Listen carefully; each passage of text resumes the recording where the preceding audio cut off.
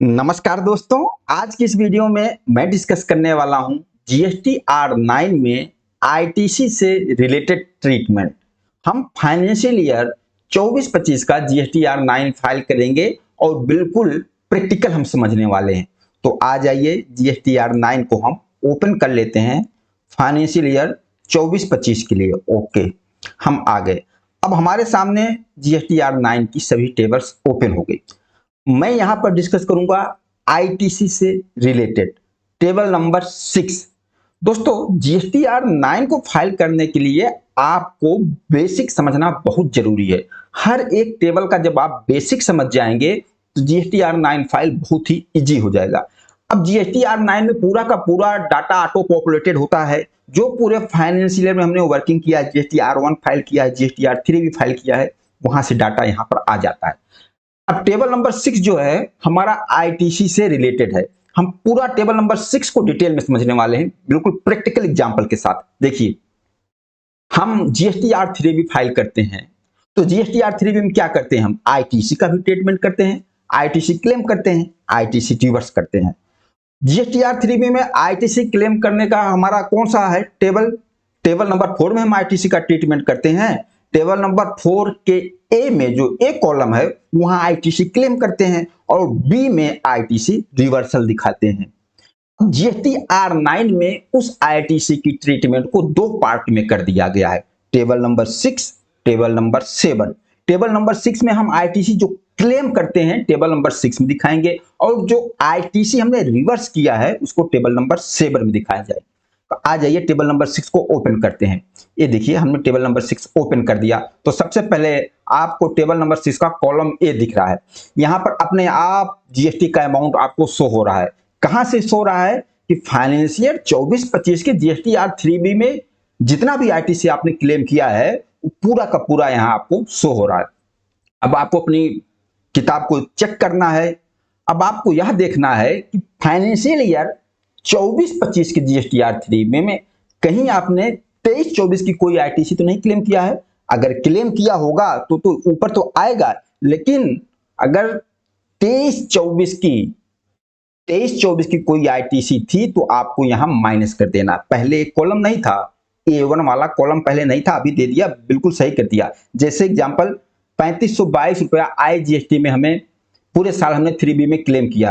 अब मान लीजिए यहां पर मैं मानता हूं 1000 रुपया जो है 23-24 का है। जैसे मैंने 1000 यहां टाइप किया, देखिए यहां पर ये माइनस होके आ गया, मतलब नेट A2 में A minus A1 net ITC आपको यहां मेंशन हो जाएगा कि मतलब ये फाइनेंशियल ईयर 24-25 की नेट आईटीसी आ गई। ओके, इस तरीके से आपको यहां कर देना है। इसके बाद जो ये आपको बी दिख रहा है, जो यहां आपकी नेट आईटीसी आ जाएगा, इसका बाइफरकेशन यहां कर देना है। इनपुट कौन सा है? इनपुट की जो आईटीसी है, कैपिटल गुड्स की आईटीसी है, इनपुट सर्विस की आईटीसी है, इसका बाइफरकेशन यहां पर दे देना है आपको। ओके, अब यहां पर ध्यान देना, ऐसा भी केस हो सकता है कि आपने आईटीसी क्लेम किया, रिवर्स किया, फिर रिक्लेम किया, तो जो रिक्लेम वाला ऑप्शन होगा इसमें नहीं कहीं दिखाना आपको। अब देखिए, आपने एक बार आईटीसी क्लेम किया तो यहां पर तो पूरा पूरा आ गया, और उसके बाद जो आईटीसी आपने रिवर्स किया, रिवर्सल को हम दिखाएंगे टेबल नंबर 7 में, लेकिन फिर रिक्लेम किया तो उसके लिए यहां पर आपको देखिए कॉलम एच है, यहां amount of ITC reclaimed under the provisions of act, reclaim को यहां मेंशन कर देना है।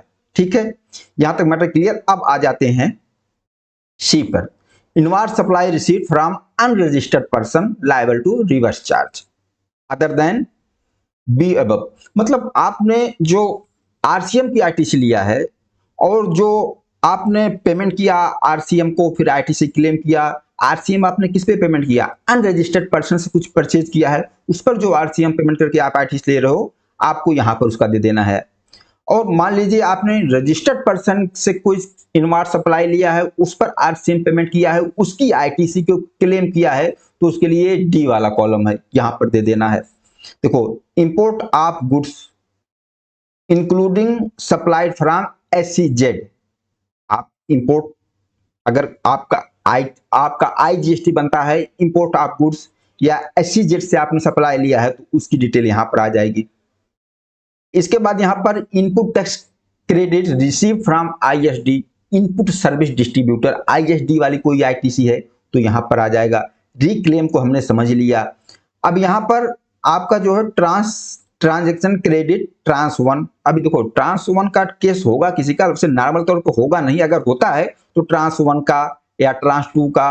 और यहाँ ITC अगर ITC 01, ITC 02 जो हमने सेक्शन 18 पढ़ा था, सेक्शन 18 में ITC 01, ITC 03 ये सब पढ़ा था, अगर उससे रिलेटेड ITC है ITC 02 ये, तो उसका यहाँ अमाउंट दिखाना है।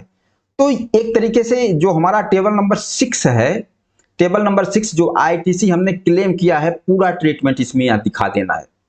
अब ये भी हो सकता है कि कुछ ITC आपके GSTR 2B में आया होगा फाइनेंशियल ईयर 24-25 में, लेकिन आपने उसको 24-25 में नहीं क्लेम किया तो वो अमाउंट यहाँ नहीं आएगा। उस ITC को आपने नेक्स्ट फाइनेंशियल ईयर 25-26 में क्लेम किया है तो उसका ट्रीटमेंट आपको जब टेबल नंबर 8 हम देखेंगे तो टेबल नंबर 8 के C में भी दिखाना होगा और टेबल नंबर 13 में भी दिखाना होगा उस ITC को। तो उस अगले वीडियो में हम टेबल नंबर 8 को जब डिस्कस करेंगे तो वहां पर हम उस चीज को देखेंगे। यहां तक मुझे उम्मीद है कि टेबल नंबर 6 आप बिल्कुल समझ गए होंगे और जो ITC रिवर्सल का है वो हमारा टेबल नंबर 7 है। बाकी इस वीडियो में इतना ही। इस वीडियो के बारे में बताना, यह वीडियो आप लोगों को कैसा लगा। नमस्कार, धन्यवाद।